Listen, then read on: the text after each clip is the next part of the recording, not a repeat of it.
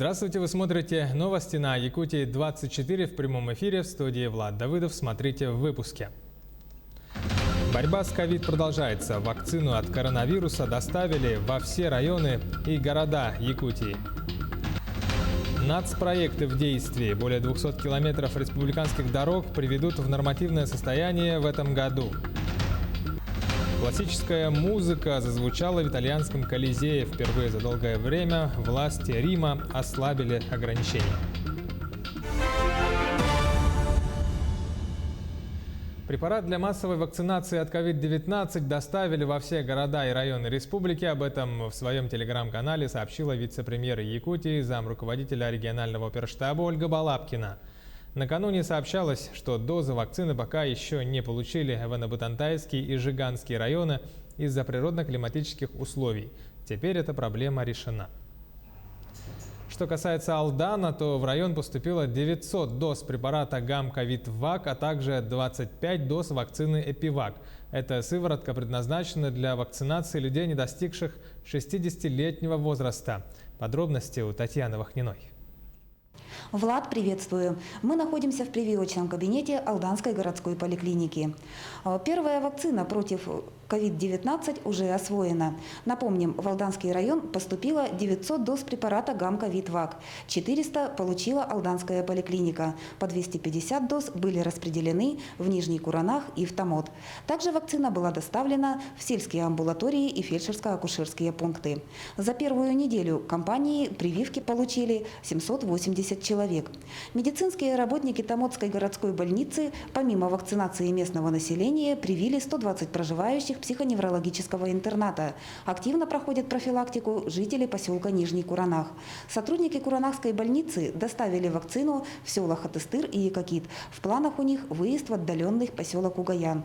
Массово записываются на прививки и жители райцентра, отметила врач-терапевт Аюна Ренчинова. Аюна Баировна, как проходит вакцинация? У нас за неделю прошло 400 человек. Активно у нас вакцинировались это медицинские работники, работники образования, детские сады, школы, сотрудники полиции, нефтегазовой промышленности и люди преклонного возраста. Прививки получили жители как райцентра, так и поселков Ленинский, Лебединый и Большой Немныр. В небольших селах вакцинируются в среднем по 20-30 человек. Вакцинация проходит без осложнений? Без осложнений, но у некоторых наблюдается незначительная температура. Спасибо, Аюна Баировна. В ближайшее время в Алданский район ожидается поступление очередной партии вакцины, а первые, получившие прививки, уже спустя 10 дней придут на вторую инъекцию прививочного цикла. Влад? Продолжаем выпуск. Тем временем 108 новых случаев коронавируса зафиксировали в Якутии за минувшие сутки. Сообщается, что от общего числа заболевших в столице зарегистрировали 40 случаев.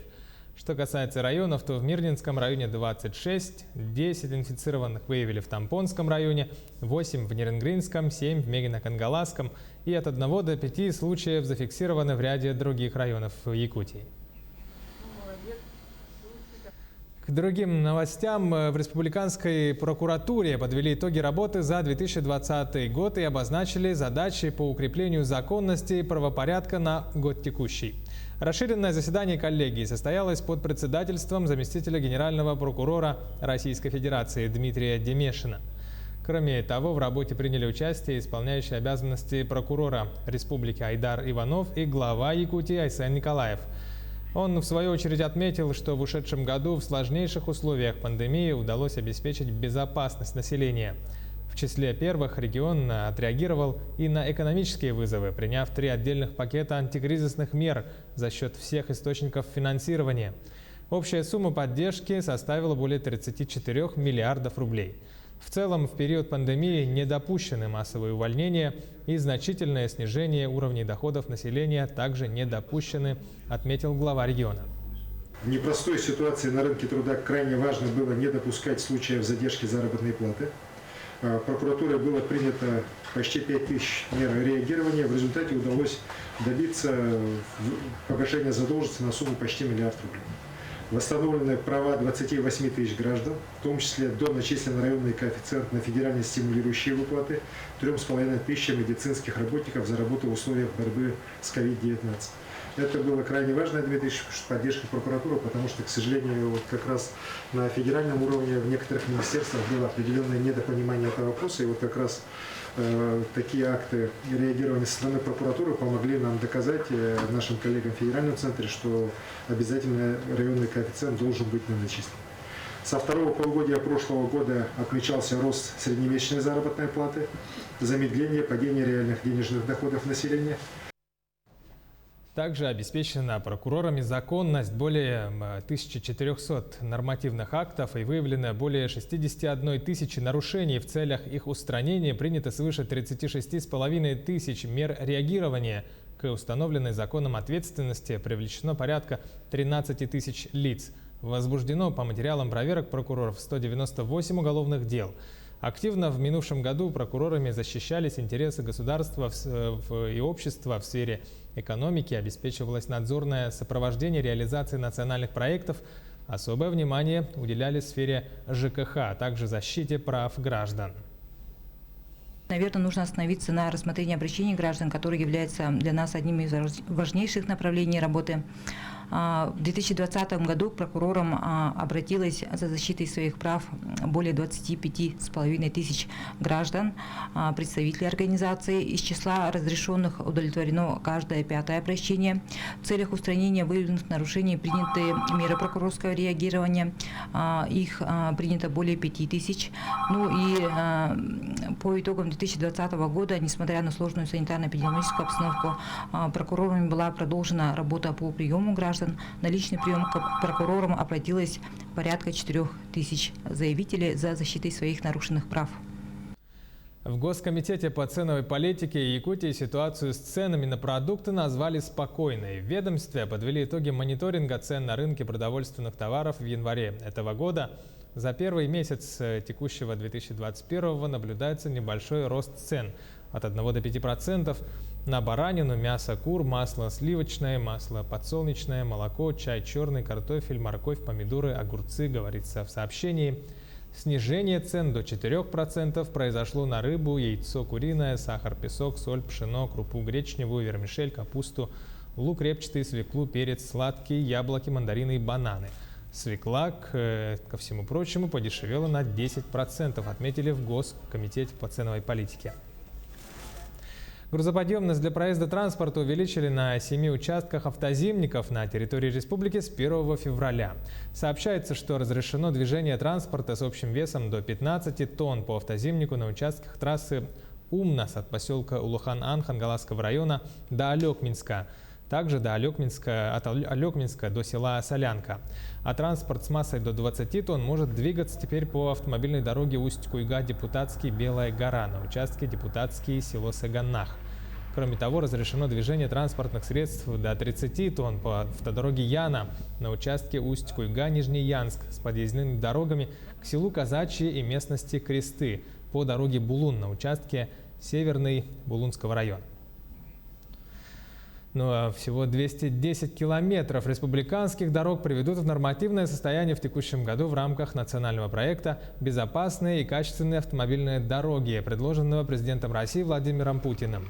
Дорожные работы проведут на 25 объектах, из них по 17, общей протяженностью свыше 130 километров, заключены государственные контракты, сообщил заместитель генерального директора регионального управдора Анатолий Потапов.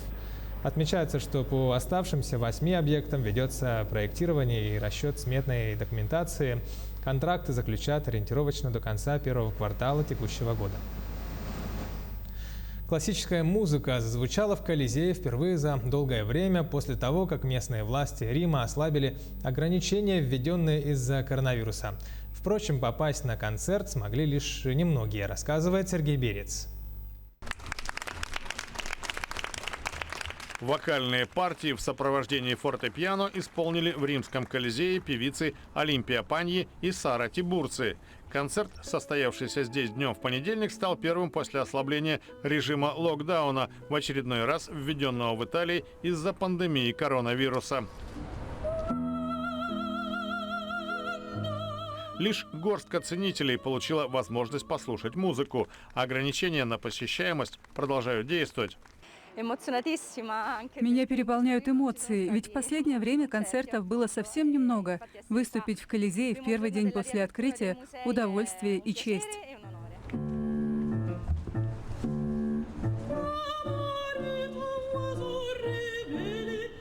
Коллега по оперной сцене испытывала схожие чувства.